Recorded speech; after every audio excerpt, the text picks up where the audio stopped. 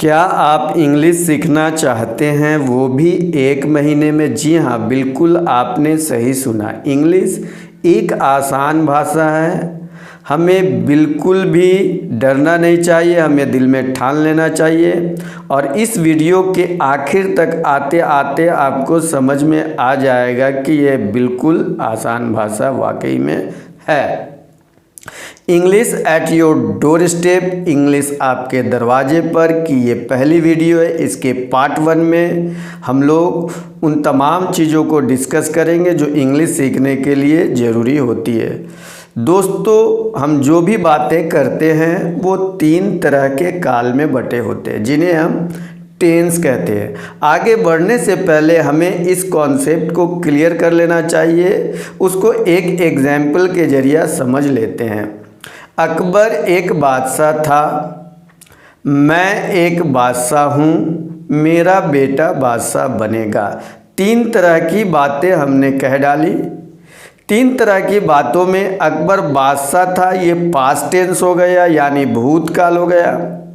मैं बादशाह हूँ, ये एक प्रेजेंट टेंस है जो एक वर्तमान काल है, जो अभी की बातें कही जा रही है। और मेरा बेटा बादशाह बनेगा, ये बाद की बातें जो बाद में होंगी, और इसे फ्यूचर टेंस यानी भविष्य काल हम कहते हैं। इस तरह जो बातें हम करते हैं वो 3 तरह के काल से रिलेटेड होती है। ये कॉन्सेप्ट आपका अब क्लियर हो गया होगा कि जो भी बातें करेंगे वो 3 तरह के काल से जुड़े हुए रहेंगे।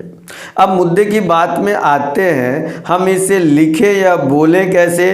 अगर एक हिंदी लाइन है तो उसे ट्रांसलेट कैसे कर ले। अब इस एग्जाम्पल को हम देखते हैं। अयान आम खाता है, अयान ईट्स मैंगो।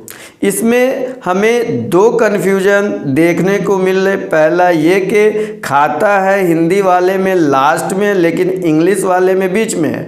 आम हिंदी में बीच में, इंग्लिश में लास्ट में। और दूसरी कन्फ्यूजन ये होगी कि ऊपर जो आम खाता है, इसका तो इंग्लिश इज होता है, लेकिन इसमें है नहीं है। इस तरह से ये दिख रहा है कि टेंस के स्ट्रक्चर इस तरह के हैं जो हमें ये करने नहीं दे रहे। अयान ईट्स मैंगो कह रहे, तो इसको हम आगे बढ़ते हुए इसको समझेंगे। इसमें अयान जो काम करता है वो सब्जेक्ट कहलाता है। इसके द्वारा जो चीज़ होती है वो वर्ब कहलाती है, जैसे ईट खाना। और जिस पर वो काम किया जाता है उसे ऑब्जेक्ट कहते हैं, जैसे यहाँ पर आम है। इसको डिटेल में हम समझ लेते हैं। सब्जेक्ट को हमेशा वर्ब के हिसाब से ही रखा जाता है, जिस सब्जेक्ट के जरिए वर्ब का एक एग्रीमेंट किया जाता है। तो हम इसको समझने की कोशिश करते हैं कि सब्जेक्ट में क्या क्या चीज़ें आते हैं। सब्जेक्ट में ज़्यादातर नाउन और प्रोनाउन, ये दोनों में से ही रहेंगे। अब उसमें कौन कौन चीज़ हो सकती है, पर्सन, प्लेस, थिंग, या कोई आइडिया, ख्याल, वस्तु है, जगह का नाम है, और कोई व्यक्ति है, ये सब्जेक्ट में आ जाते हैं। अब वो जो काम करेंगे वो वर्ब यानी क्रिया कहलाएंगे। उसी काम जिस पर वो काम अब होगा वो ऑब्जेक्ट कहलाएंगे। वो एक्शन जिस पर होगा वो ऑब्जेक्ट कहलाएंगे, यानी जो रिसीव करेगा वो ऑब्जेक्ट होगा। अब इस एग्जाम्पल को देखते हैं। अयान ईट्स मैंगो, एक्शन में यहाँ कौन है, अयान है, तो ये सब्जेक्ट हुआ। कौन सा एक्शन, कौन सा क्रिया वो कर रहा है, ईट माने खा रहा है, तो ये एक वर्ब हुआ। और किस पर ये एक्शन हो रहा है, यानी कौन वो एक्शन रिसीव कर रहा है, तो वो आम है, और आम यहाँ पर ऑब्जेक्ट हो गया। जब तक इन तीनों को हम नहीं समझेंगे आगे बात हमें समझ में नहीं आएगी। अब टेंस और सिचुएशन के हिसाब से इस सेंटेंस सबको हम देखते हैं, और इसमें एक एक्शन के जरिए आपको समझाने की कोशिश की गई है। अयान ईट्स मैंगो, अयान आम खाता है। ये अयान की आदत है, वो आज भी खा सकता है, कल भी खा सकता है। ये इंडेफिनिट है, मतलब टाइम इसमें फ्रैक्शन है, आम भी रखे हुए, उसकी आदत भी है, तो इसे हम प्रेजेंट इंडेफिनिट टेंस कहते हैं। क्योंकि एक्शन कब होगा ये पता नहीं, लेकिन उसकी आदत में वो बात शामिल है। लेकिन अगर आम मुंह से लग जाएगा तो बोलने का तरीका बदल जाएगा।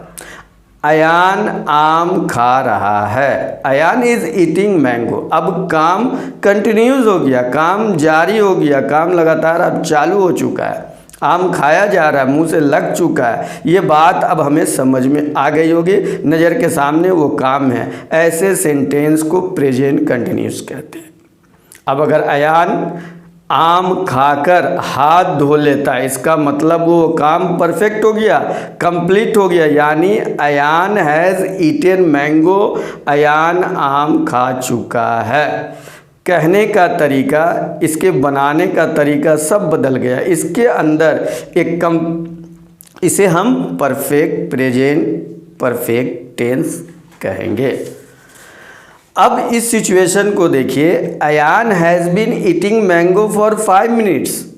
अयान 5 मिनट से आम खा रहा है। इसमें आम तो खाया जा ही रहा है, लेकिन कुछ देर तक वो काम चालू है। इसका मतलब एक चीज़ परफेक्ट हो गई, मतलब कंप्लीट हुई और कंटिन्यू है, दो मिलकर के है। आम खाया भी गया और 5 मिनट तक, तो इसका मतलब दो सिचुएशन को मिलाकर ये चीज़ हुई। इसे हम प्रेजेंट परफेक्ट कंटिन्यूस कहेंगे। ये कॉन्सेप्ट बहुत दिनों बाद आपका टोटल पिक्चर के जरिए से क्लियर हो गया होगा।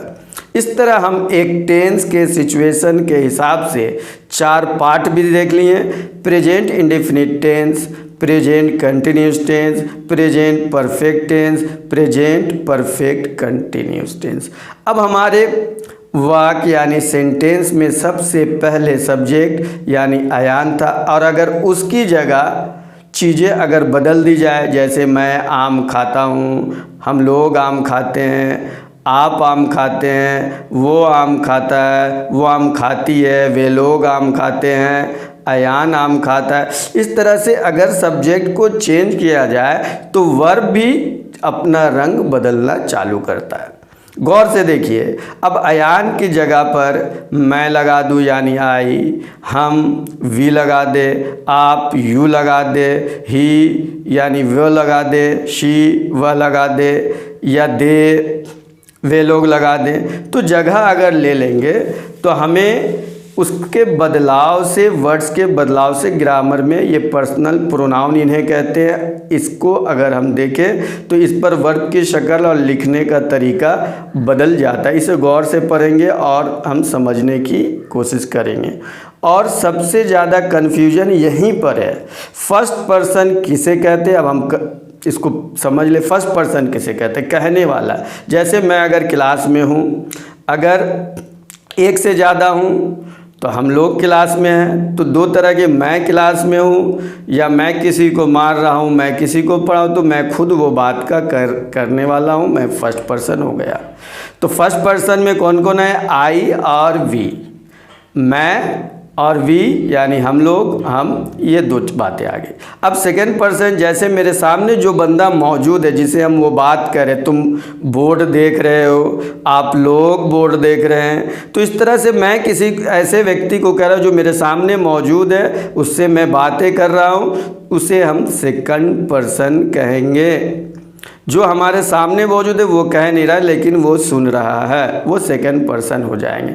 अब अगर उसी क्लास में मैं ये डिस्कस करूँ कि वो स्कूल क्यों नहीं आया, वे लोग स्कूल क्यों नहीं आए, तो ये बात हुई कि ऐसा आदमी के बारे में बात करें, ऐसे लोग के बारे में बात करें जो अभी यहाँ मौजूद नहीं है, ये थर्ड पर्सन हुए।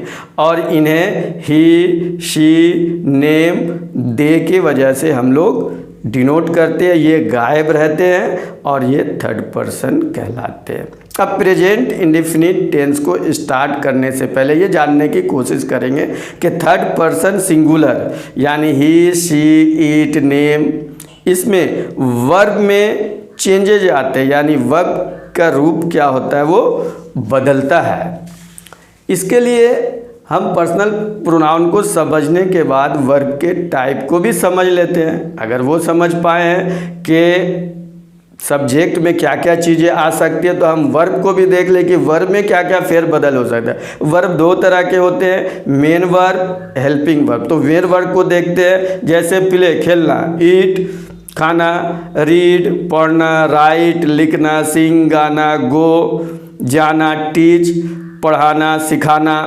इस तरह के जो वर्ब है इसे हम मेन वर्ब कहते हैं। उनको मदद करने वाले हेल्पिंग वर्ब कहलाते हैं। तो इस प्रेजेंट इंडेफिनिट टेंस में जो वर्ब लगेंगे हेल्पिंग वर्ब में उसको ज़्यादा हम डिस्कस करते हैं। Do, does, is, am, are, was, were, has, have, had, been, will, shall present tense में ये ज़्यादा लगेंगे और डू डज जो है हमें अभी वाले में लगेंगे ही। वैसे ये और भी हैं टेंस में ज़्यादा यूज होंगे, इसलिए मैंने इसे डिस्कस किया है। अगर वर्ब की शक्ल की बात करें तो प्रेजेंट, पास्ट, पार्टिसिपल 3 शक्ल है। इसको हम V1, V2, V3 से भी डिनोट करते हैं। ईट, एट, इटेन पहला, दूसरा, तीसरा हो गया। Write, wrote, written, go, went, gone, do, did, done, play, played, played. इसके चार्ट होते हैं, चार्ट के जरिया भी समझेंगे और हम इसको आगे डिस्कस भी करेंगे। अब वाक्य यानी सेंटेंस, जुमले की बात करें तो ये भी 3 तरह के होते हैं। अफर्मेटिव, मैं आम खाता हूँ, जो हाँ में बात हो रही है। नेगेटिव, मैं आम नहीं खाता हूँ, जिसमें ना में बात हो रही है। इंट्रोगेटिव, क्या मैं आम खाता हूँ, मैं आम क्यों खाता हूँ। 2 तरह के इंट्रोगेटिव होते। एक में ऐसा जिसका जवाब हाँ ना में हो, जैसे क्या मैं आम खाता हूँ, और दूसरा जिसमें वजह बताई जाए, मैं आम क्यों खाता हूँ। ये बात गौर से समझिएगा, इसी में ज़्यादा कन्फ्यूजन है। एक का जवाब हाँ नहीं में और दूसरे का जवाब वजह के साथ में। अब प्रेजेंट इंडेफिनिट टेंस को हम शुरू करते, बारी बारी इसको बताते हैं। पहले सब्जेक्ट वर्ब की शक्ल यानी V1 के साथ में एस लगेगा। सभी के साथ नहीं लगेगा। जैसे ही सब्जेक्ट 3rd पर्सन सिंगुलर होगा यानी ही, शी, इट, नेम, तो वर्ब के साथ एस या ईएस लगेगा, बाकी के साथ कुछ भी नहीं लगेगा, एस ईएस नहीं लगेगा और चीज़ें उसी तरह से रहेगी। अब एस ईएस में कौन सा चीज़ एस कहाँ लगेगा, ईएस कहाँ लगेगा। अगर वर्ब के साथ लास्ट वाला CH या O हो, जैसे गो है तो गोज हो जाएगा, टीच है तो टीचेज हो जाएगा, बाकी के साथ सिर्फ एस ही लगेगा। और अगर आखिर में उस वर्ब के साथ O या CH हो तो ES लगाएंगे। ये भी आपको क्लियर हो गया। अब इसकी पहचान हम कैसे करेंगे कि किस वाक्य में क्या करेंगे। अगर हम प्रेजेंट इंडेफिनिट टेंस में हैं तो इसकी पहचान करेंगे। उस सेंटेंस के, उस वाक्य के अंत में ता है, ती है, ते हैं, अगर इस तरह लिखे तो हम समझ लेंगे कि ये प्रेजेंट इंडेफिनिट टेंस है। हम आखिर में कुछ एक्सरसाइज भी आपको देंगे और इस रूल को अब हम फॉलो करना इसमें शुरू करेंगे। अब आपको बनाकर दिखाते हैं सब्जेक्ट वर्ब का फर्स्ट फॉर्म प्लस ऑब्जेक्ट किस तरह से काम करते हैं। तो आप गौर से समझ करके देखें तो आपका कॉन्सेप्ट ज़िंदगी भर के लिए क्लियर हो जाएगा। किस सब्जेक्ट के साथ वर्ब में बदलाव होगा या नहीं होगा। अब देखिए प्रेजेंट इंडेफिनिट टेंस के अफर्मेटिव सेंटेंस को हम देखते हैं। तो हमने जैसा कि पहले कह दिया है कि ही, शी, नेम, इसके साथ में वर्ब के साथ एस लग गया, बाकी उसी तरह रहेगा। तो यहाँ उसी तरह देख लीजिए। आई ईट मैंगो, मैं आम खाता हूँ। वी ईट मैंगो, हम लोग आम खाते हैं। यू ईट मैंगो, तुम आम खाते हो, तुम लोग आम खाते हो, आप लोग आम खाते हैं, आप आम खाते, सभी का एक हो जाएगा, कन्फ्यूजन आपकी दूर। ही ईट्स मैंगो, याद रहे एस लग रहे हैं, मैं आम खाता हूँ। शी ईट्स मैंगो, वो आम खाती है, एस लग रहे हैं। अयान ईट्स मैंगो, अयान आम खाता। ये एस लगने वाले चक्कर को आपको गौर से समझना है, किसके साथ लग रहा है किसके साथ नहीं लग रहा। यूं ही हमने नहीं बना दिए, यूं ही हमने सबको एक जगह तोड़ करके नहीं लिखे। इसकी वजह है कि आपका कन्फ्यूजन दूर हो। दे ईट मैंगो, वे लोग आम खाते हैं, वे आम खाते हैं। ये इस तरह से अफर्मेटिव आपका क्लियर। अब किसी भी सेंटेंस को आप सोचेंगे इसमें लगा करके आराम से कर सकते हैं। हम आ जाते हैं नेगेटिव वाले वाक्य में। इसके पहले स्ट्रक्चर को समझ ले। Subject do does plus not plus verb first form plus object.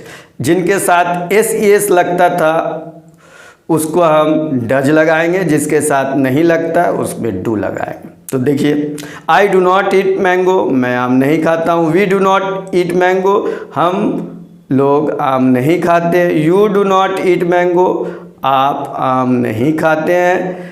He does not eat mango, देखिए चेंज आ गया है।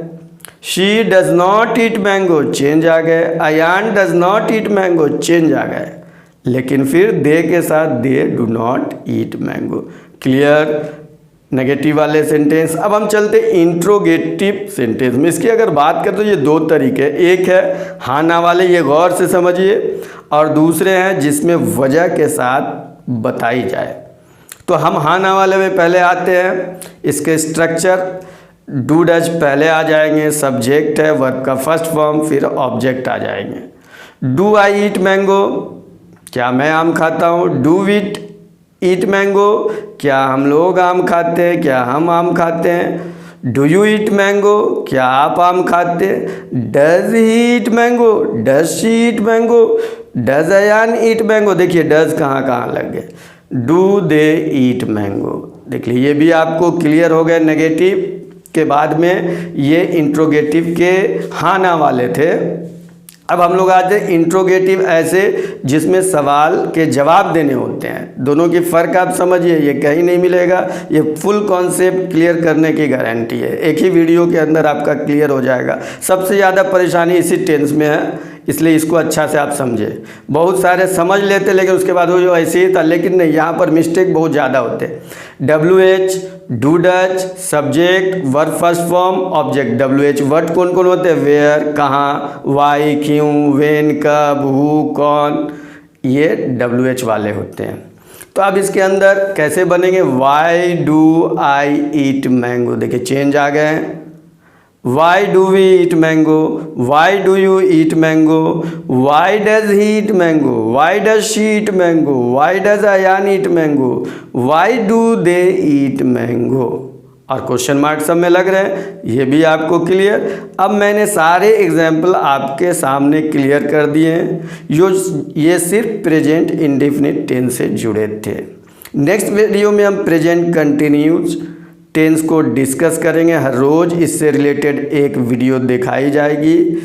अब इसके कुछ एक्सरसाइज भी लास्ट में दिए जा रहे हैं, उसको आप कमेंट बॉक्स में ज़रूर सॉल्व करके डालें ताकि आप इससे जुड़े हुए रहें। आप कलम कॉपी निकाल के इन बातों को लिखें, तब आपको ज़रूर 1 महीने के अंदर आप सीख पाएंगे। लेकिन ऐसा नहीं कि आप सुने और 1 घंटा आप वक्त भी नहीं दे रहे तो आपसे फिर ये पार निकले। तो अब हम देखते कि कौन 1 महीने में सीख पाएंगे और कौन नहीं। 2 घंटे कम से कम वक्त देंगे, कलम कॉपी ले करके बैठेंगे तो ज़रूर सीख पाएंगे। एक बार देखेंगे फिर छोड़ देंगे तो उनसे ये चीज़ पार लगने वाला नहीं। दोस्तों, आप वाकई इंग्लिश सीखना चाहते हैं तो इस चैनल को सब्सक्राइब करें और बेल आइकन को दबाएं ताकि आपको नोटिफिकेशन में हर रोज़ टाइम पर ये वीडियो मिल सके। आपको कोई भी परेशानी हो तो कमेंट बॉक्स में ज़रूर लिखिए, और कोई भी ट्रांसलेशन अनुवाद की ज़रूरत हो, कोई भी चीज़ पूछना तो उसमें लिख सकते, या हमारे व्हाट्सएप नंबर में भी लिख सकते। किसी तरह का हिंदी अनुवाद आपको अगर चाहिए। इसमें एक्सरसाइज दिए गए 5 हैं, इन 5 को आप सॉल्व करके कमेंट बॉक्स में डालने की कोशिश करेंगे। धन्यवाद। जय हिंद।